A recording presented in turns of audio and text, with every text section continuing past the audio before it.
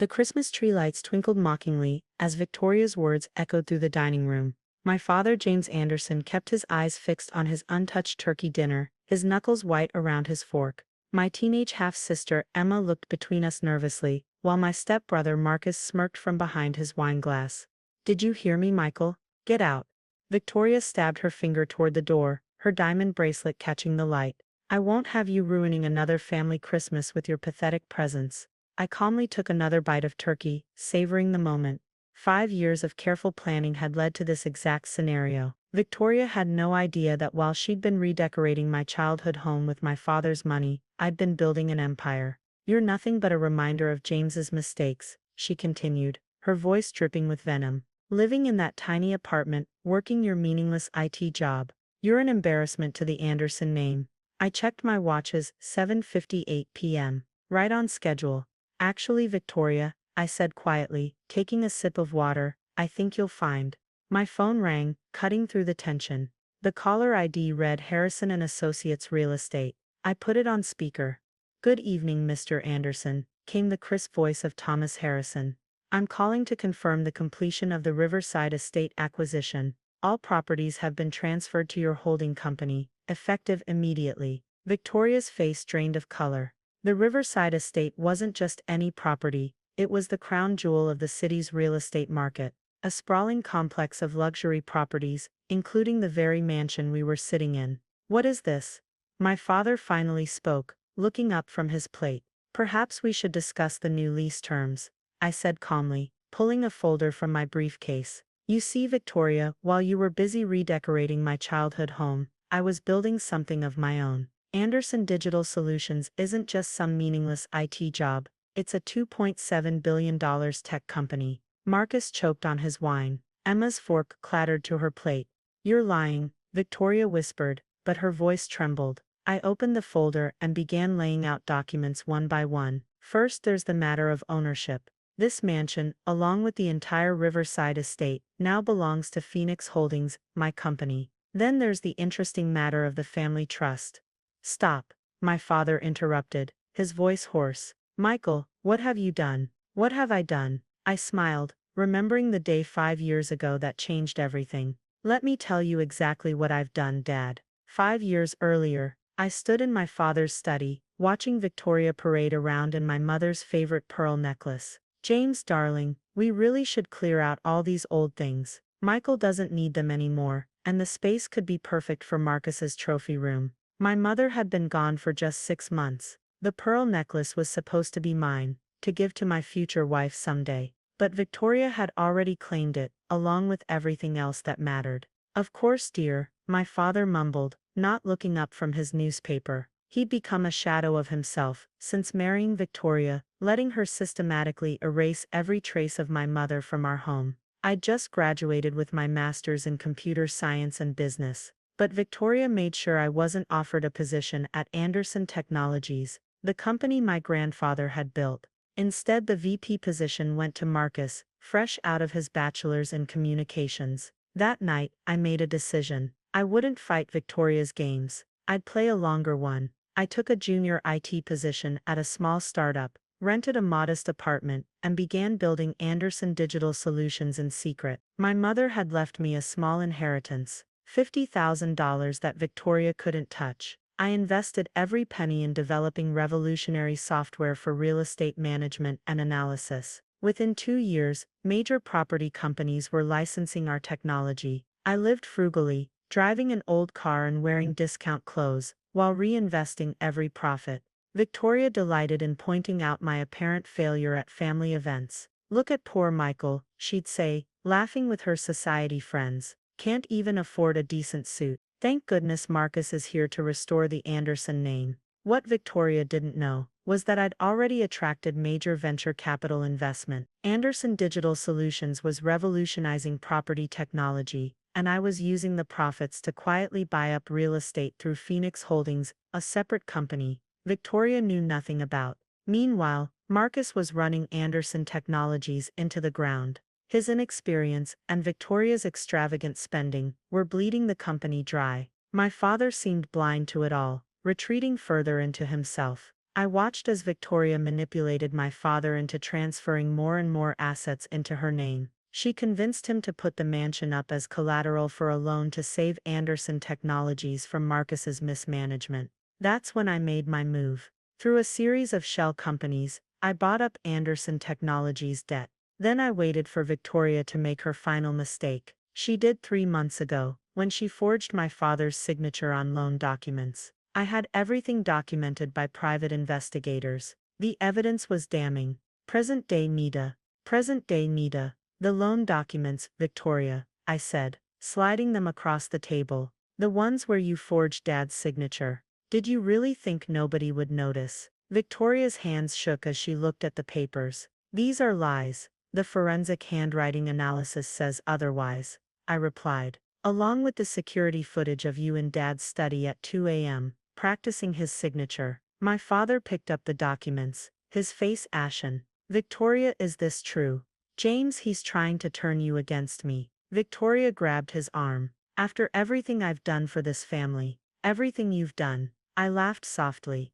Let's talk about what you've done. You've spent the past 5 years systematically looting this family's wealth. You convinced Dad to put Marcus in charge of Anderson Technologies, knowing he wasn't qualified. You've been selling off company assets and funneling the money into your personal accounts. I pulled out more documents, bank statements, transfer records, emails between Victoria and her private banker in the Cayman Islands. But your biggest mistake, I continued, was putting up this house as collateral. Because now, Victoria, you don't own any of it. Phoenix Holdings does. And Phoenix Holdings belongs to me. Emma was crying quietly. Marcus had slumped in his chair, his arrogance finally deflated. Dad, I said gently, I know you've been lost since Mom died. Victoria took advantage of that. But it's time to wake up. My father's hands were trembling as he read through the documents.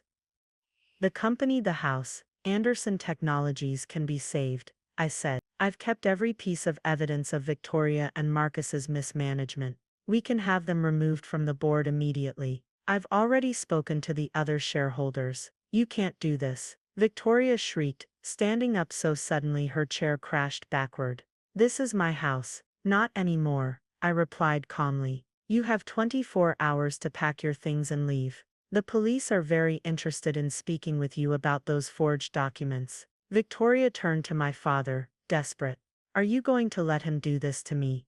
To Marcus? But my father had finally found his voice. Get out, he whispered. Then louder, get out of my house, Victoria. Victoria's face contorted with rage. She grabbed her wine glass and threw it at me, but I was ready. I moved aside, letting the red wine splash against the wall behind me. Security, I called out, and 2 men in suits appeared in the doorway. Please escort Mrs. Anderson and Marcus out. Make sure they don't take anything that isn't personally theirs. As Victoria was led away, screaming threats and obscenities, Emma spoke up through her tears. Michael, what's going to happen to me? I sat down next to my half-sister. Despite Victoria's influence, Emma had always been kind to me, leaving small gifts at my apartment and sending secret text messages of support. Your family, Emma, I said softly.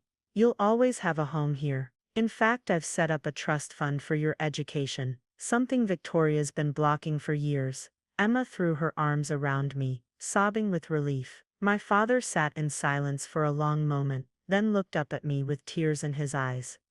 Your mother, she'd be so proud of you, son. And I'm so sorry, I've been a fool. We have a lot to talk about, Dad, I said, pulling out one final document. But first, I believe this belongs to the family. It was the deed to my mother's pearl necklace, which I'd tracked down and bought back from the auction house where Victoria had sold it. Welcome home, Michael, my father whispered, and for the first time in 5 years, I saw him smile. As the security team supervised Victoria and Marcus packing their belongings, I sat in my father's study, soon to be my office, and began making calls. By morning, the news would break. Anderson Digital Solutions was merging with a reformed Anderson Technologies, creating one of the largest tech real estate conglomerates in the country.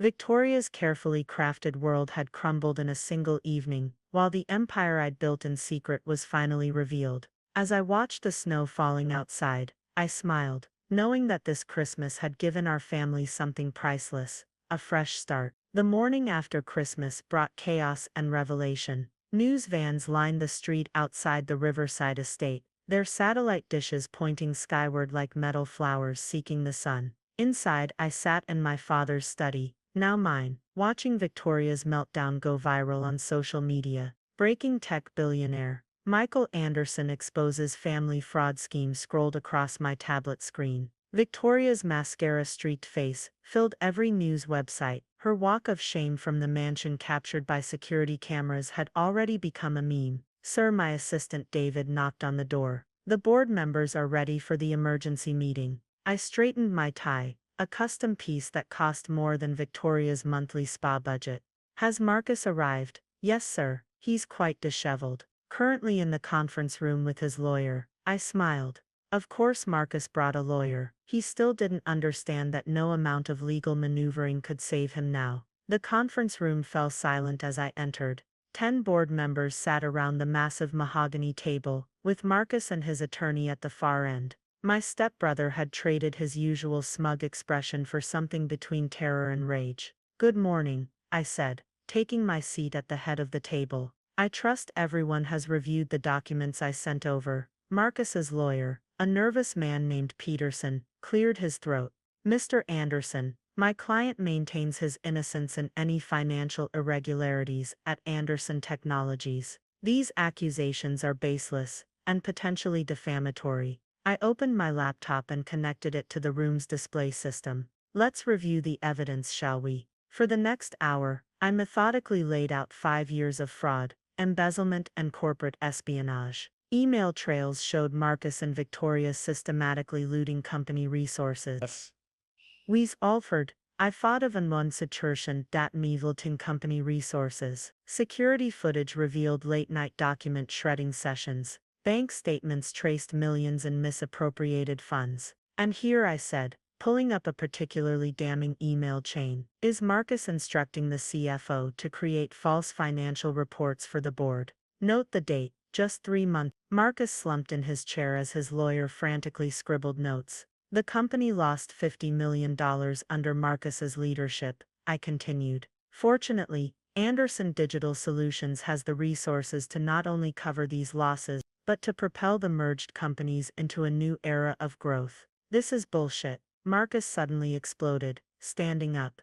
"You set us up. You've been planning this for years." I remained seated, calm. "Planning what exactly?" "To stop you from destroying our grandfather's legacy. To prevent Victoria from stealing our family's wealth." "Yes, I planned carefully. The difference is, my plans were legal." "The board needs to vote," Peterson interjected. "My client has certain rights as a major shareholder." "Had rights," I corrected, displaying another document. "Marcus signed over his shares to Victoria last month, who then used them as collateral for a personal loan. A loan that coincidentally is now owned by my holding company." The board members murmured amongst themselves. Marcus's face went from red to white. "All in favor of removing Marcus Anderson from all positions within Anderson Technologies and initiating legal proceedings to recover misappropriated funds?" I asked. The vote was unanimous. "You can't do this," Marcus shouted as security entered the room. "I'm an Anderson." "No," I said quietly. "You're just another criminal who got caught. Take him out." As Marcus was escorted from the building, my father entered. He looked better than he had in years, despite the dark circles under his eyes from our late night of discussion. "The police want to speak with us about Victoria," he said, taking a seat. "They've frozen her accounts, but some money is still missing." I nodded. "About $3 million transferred to offshore accounts last week." "Don't worry, I've already traced it. Our financial forensics team is working with international authorities to recover everything." The board meeting continued, with presentations on the merger details. Anderson Digital Solutions would absorb Anderson Technologies, maintaining the family name, but under completely new management. My father would retain an advisory role, but operational control would be mine. After the meeting, Emma was waiting in my office. At 16, she looked so much like our father, but she had none of Victoria's cruelty in her eyes. "The movers found something in Victoria's closet," she said, holding out a small wooden box. I think it belonged to your mom." My hands trembled slightly as I opened it. Inside lay photographs, letters, and small keepsakes Victoria had claimed were lost years ago. At the bottom was my mother's diary. She kept these hidden, Emma whispered. She used to read them and laugh. I closed the box carefully, containing my anger. Thank you for bringing this to me, Michael. Emma twisted her hands nervously. Some kids at school are saying awful things about Marcus and Victoria, about our family. I moved around the desk and hugged my sister. People will talk. Let them. We know the truth, and that's what matters. What if I'm like them? She asked in a small voice. What if I'm like Mom and Marcus? You're not, I assured her. You're an Anderson, a real one. Speaking of which, I pulled out an envelope. Your trust fund paperwork, full college tuition, living expenses, and a monthly allowance that makes sense. No more Victoria controlling your future. Emma's eyes welled with tears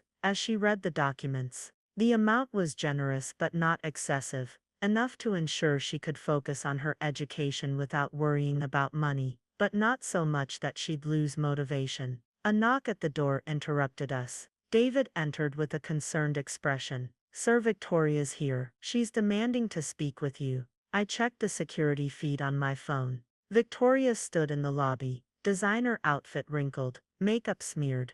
The night in a budget hotel had clearly taken its toll. Send her up, I said. Emma, you should go. I want to stay, she replied firmly. I need to see this. Victoria burst into the office like a wounded animal, all desperation and fury. You think you've won? You think this is over? It was over the moment you decided to target my family, I replied calmly. The police have your banking records, Victoria. The fraud charges alone will put you away for years. I made this family, she shrieked. I gave you class, connections, everything. You gave us nothing but pain. Emma spoke up, her voice steady. You're not even a good actor, Mom. We all saw through you. Victoria recoiled as if slapped. After everything I've done for you, like stealing my college fund, Emma interrupted, or telling my friends' parents I was troubled and dangerous, so I wouldn't get invited to parties. Or maybe you mean demolishing my self-esteem, so I'd be as desperate for approval as Marcus. I watched proudly as my sister stood her ground. Victoria's face contorted with rage. You ungrateful little. Enough, I cut in. You have two choices, Victoria. One, you sign these papers, agreeing to leave quietly with a small settlement that will keep you comfortable but not wealthy. You'll have no contact with this family ever again. 2. You face multiple federal charges, and I personally ensure every society friend you've ever had knows exactly what you did. You can't erase me, she hissed. I'm still legally married to your father. Check your email, I replied. Dad's lawyer filed for divorce this morning. We have enough evidence of your crimes to ensure you get nothing. Victoria's shoulders sagged as reality finally set in. I slid the settlement papers across the desk. Sign, and you can walk away with some dignity intact. Fight, and I'll destroy every bridge you've ever built. Her hand shook as she picked up the pen. Within minutes, it was done. Goodbye, Mother, Emma said softly as Victoria walked out of our lives forever. Later that evening, as snow began falling again, I sat with Dad and Emma in the kitchen. The chef, who had quit when Victoria left, but returned upon learning of the changes, served us simple comfort food, grilled cheese and tomato soup.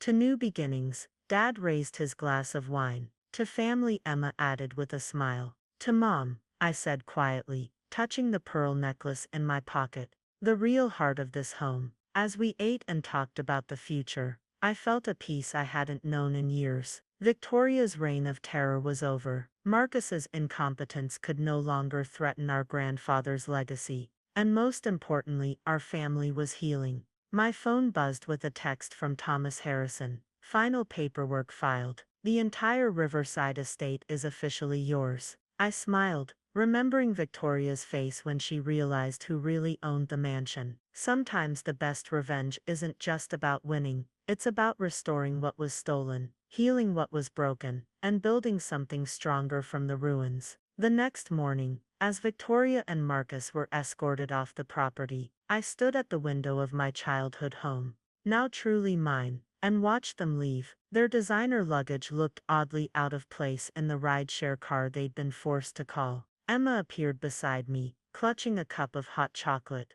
"Best Christmas ever," she said with a small smile. I put my arm around her shoulders and nodded. Sometimes the best revenge isn't served cold. It's served with perfect timing and irrefutable evidence. "Merry Christmas, Emma," I said, watching Victoria's car disappear down the long driveway. "Let's go help Dad with breakfast." 1 month after Victoria's dramatic exit, the dust had finally begun to settle. The merged Anderson Technologies and Digital Solutions was thriving. Our stock price had doubled and the media frenzy was dying down. But karma wasn't finished with Victoria and Marcus yet. I was reviewing quarterly reports in my office when David rushed in without knocking, something he never did. "Sir, you need to see this," he said, tablet in hand. "Marcus just went live on social media." The video showed my stepbrother, unshaven and wild-eyed, standing in what appeared to be a cheap motel room. "Michael Anderson is a fraud," he slurred, clearly drunk. "He stole everything from us. But I have proof that will destroy him." I leaned back in my chair, amused. "Let me guess, he's trying to shop around some fabricated evidence." "Better," David smirked. "He's accidentally live streaming his attempted crime. The FBI is watching in real time." On screen, Marcus was waving a USB drive. "All the real financial records are right here. Once I release these, everyone will see what a fraud my stepbrother is." What Marcus didn't know was that his smoking gun was actually a carefully crafted trap. 3 weeks ago, our security team had detected his attempts to hack into the company's servers. Instead of blocking him, I authorized a controlled leak of doctored documents. Documents that, if released, would prove his own guilt beyond any doubt. "Should we shut down his stream?" David asked. "No," I replied, watching Marcus's meltdown with clinical interest. "Let him dig his own grave." Within hours, Marcus was in FBI custody, charged with attempted corporate espionage on top of his existing fraud charges. His dramatic exposure attempt had backfired spectacularly, providing prosecutors with a recorded confession of his crimes. But the real drama was yet to come. That evening, as I was having dinner with Emma and Dad in the mansion's renovated kitchen, our security chief appeared. "Sir, Victoria was just arrested at JFK Airport." Dad nearly choked on his pasta. "She was attempting to flee the country with false documents," the security chief explained. "And she had some interesting luggage." It turned out Victoria had been planning one final act of revenge.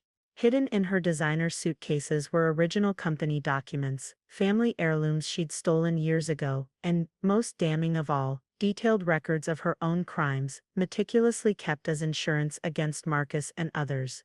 "She always did love keeping trophies," Dad said quietly, looking at the police report. "Even of her own misdeeds."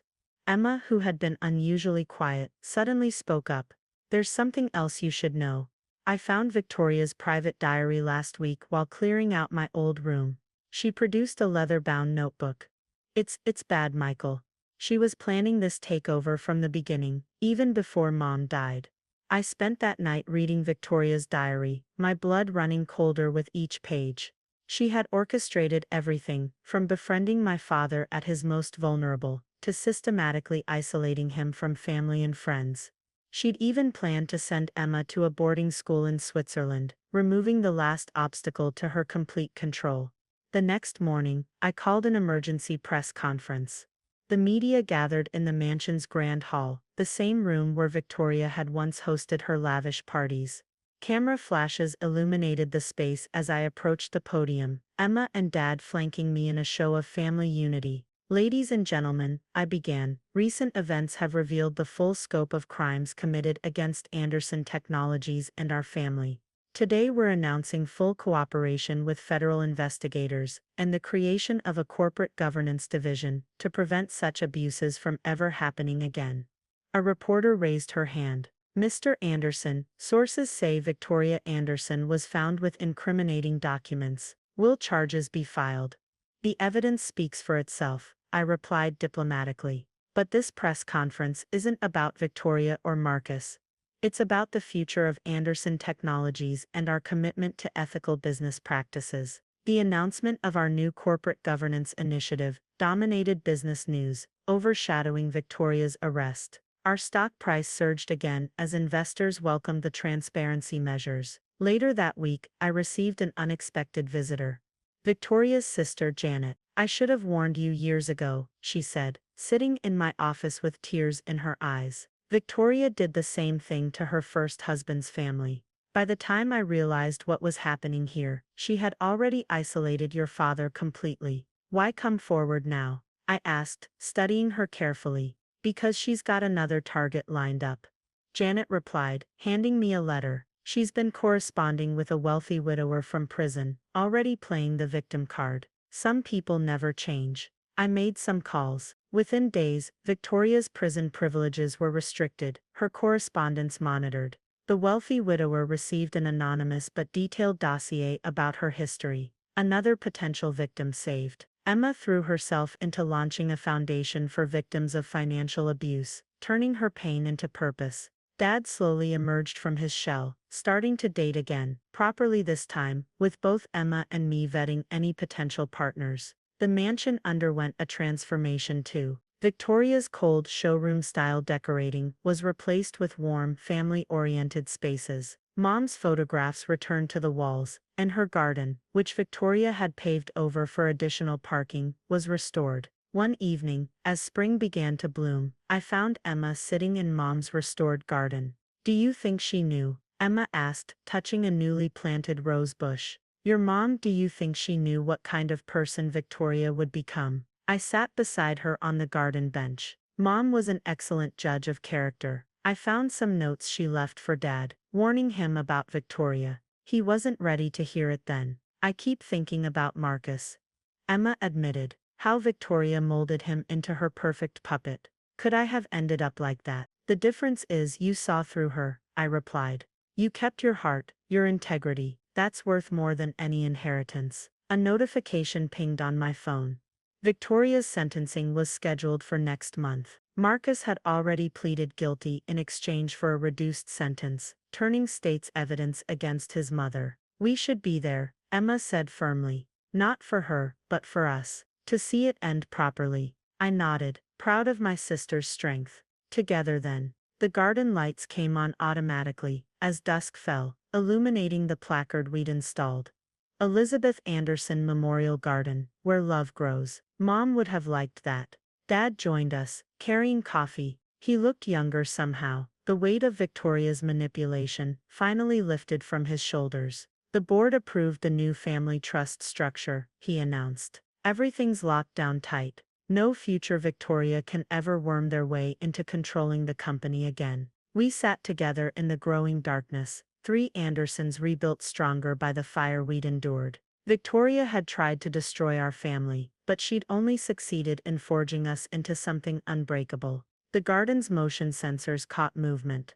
A family of deer venturing out from the woods behind the mansion. We watched in peaceful silence as they grazed among Mom's beloved flowers. "She would have loved this," Dad whispered. Yes, I thought, she would have. And somewhere, I hoped she was watching, proud of the family that had not just survived, but triumphed. The courtroom fell silent as Victoria entered in her orange jumpsuit, a far cry from her designer outfits, and perfectly coiffed hair. Marcus had already been sentenced to 5 years for his role in the fraud scheme. Now it was Victoria's turn to face justice. Emma sat beside me in the front row, her spine straight and eyes steady. Dad sat on my other side, his hand occasionally touching the pocket where he kept Mom's photograph. The same photo Victoria had once tried to throw away, claiming it disturbed the feng shui of the house. "All rise," the bailiff called out. Judge Harrison, no relation to my realtor, took her place at the bench. Victoria's public defender looked nervous. Their strategy of playing the misunderstood socialite had crumbled when Victoria's diary was entered into evidence. Her own words painted a damning picture of calculated manipulation and fraud. "Before we proceed with sentencing," Judge Harrison began, "would the defendant like to make a statement?" Victoria stood, and for a moment I saw a flicker of her old manipulative charm as she turned to face the courtroom. "Your Honor, I admit, I made mistakes," she began, voice trembling perfectly, "but everything I did was for the family. To maintain our social standing, our legacy. That's enough, Judge Harrison interrupted. Mrs. Anderson, your diary details explicit plans to defraud not just Anderson Technologies, but 3 previous families. This wasn't about legacy. This was a calculated pattern of predatory behavior. The sentence came down hard: 15 years in federal prison, full restitution of stolen funds, and a lifetime ban from serving on any corporate board. As Victoria was led away, she locked eyes with me one last time. The mask slipped, revealing the cold calculation beneath. But it didn't matter anymore. She had no power here. Outside the courthouse, reporters clamored for statements. Emma stepped forward, surprising us all. Today isn't about revenge, she said clearly into the microphones. It's about justice and healing. Our foundation for victims of financial abuse stands ready to help others who've experienced similar manipulation. That's the Anderson legacy, turning pain into purpose. Later that evening, we gathered in Mom's garden for a private celebration. The catering staff, all properly vetted and treated well, unlike Victoria's time, served champagne and Mom's favorite dessert, apple pie. A toast. Dad raised his glass. To Elizabeth, who taught us what real family means. To Emma, whose strength amazes me every day. And to Michael, who saved not just our company, but our family. I shook my head. We saved ourselves. Together. As the sun set, I handed out envelopes to Dad and Emma. What's this? Emma asked, opening hers. Tickets to Mom's hometown in Oregon, I explained. I thought we could visit her family there, reconnect with the relatives Victoria kept us from seeing, maybe learn more about where we came from. Dad's eyes welled up. Elizabeth always wanted to take the kids there. Then let's do it, Emma said firmly. Let's make new memories, better ones. The garden lights illuminated the freshly bloomed roses, Mom's favorites. A year had passed since that fateful Christmas dinner, when Victoria's reign ended. The company was stronger than ever, our family bonds renewed. Marcus wrote occasionally from prison, showing signs of breaking free from Victoria's influence. We responded with measured kindness, firm boundaries, but leaving the door open for genuine change. The mansion, once Victoria's showpiece, had become a true home again. Emma's friends filled the halls with laughter. Dad hosted casual barbecues instead of formal galas. The gates, which Victoria had always kept locked, stood open to family and friends. You know what Mom used to say? I asked, as we enjoyed our pie. Home isn't about the walls or the furniture. It's about the love that lives inside. Emma smiled. Victoria never understood that. She thought everything was about appearance, control. But we knew better, Dad added softly. We just forgot for a while. As night fell over the riverside estate, we could see lights coming on in other houses. Homes of families who'd been helped by Emma's foundation, executives who'd been promoted on merit, rather than manipulation, people whose lives were better because we'd stopped Victoria's poison from spreading. The Anderson name meant something different now. Not just wealth or power, but integrity, healing and redemption. Ready for a new chapter? I asked my family. Their answers didn't need words. In the garden Mom had loved, under stars she taught me to name, we were finally truly home. The end.